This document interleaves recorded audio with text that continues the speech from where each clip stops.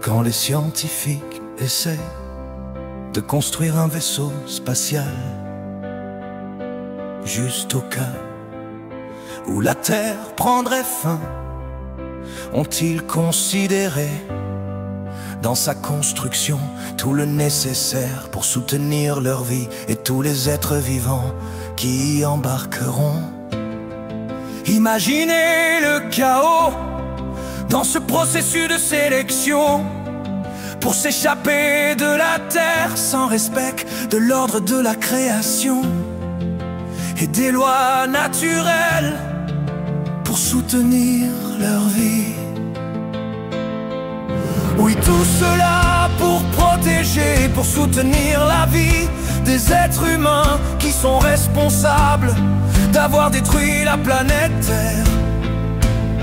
Eh bien, cette pensée d'abandon planétaire nous démontre comment nous sommes arrivés très près d'un point de non-retour de la mentalité apocalyptique des colonisateurs planétaires. Eh bien, en tant qu'aborigènes, nous avons notre propre vaisseau spatial. Nous l'appelons la loge de l'étoile pour nous aider à évacuer la Terre temporairement, sans présélection de personne, pour monter à bord.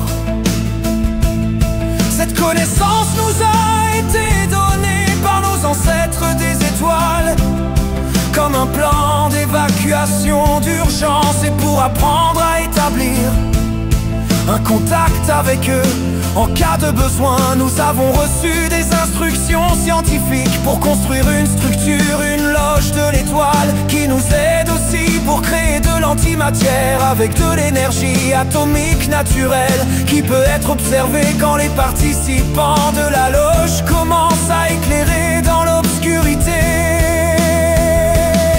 Nous utilisons cette énergie antimatière pour voyager dans une autre dimension, créée avec un code vibratoire, atteinte avec le son des tambours et hochets, pour voyager dans le temps et pas dans l'espace, pour atteindre une autre dimension.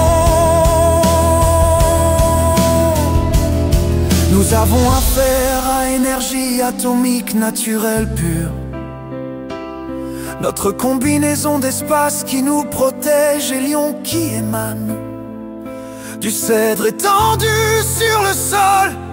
Au centre de la loge de l'étoile, nous n'essayons pas de trouver des étoiles pour atteindre notre objectif.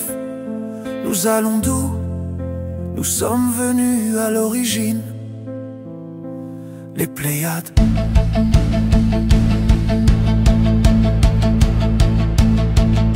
La loge de l'étoile est le véhicule de transport,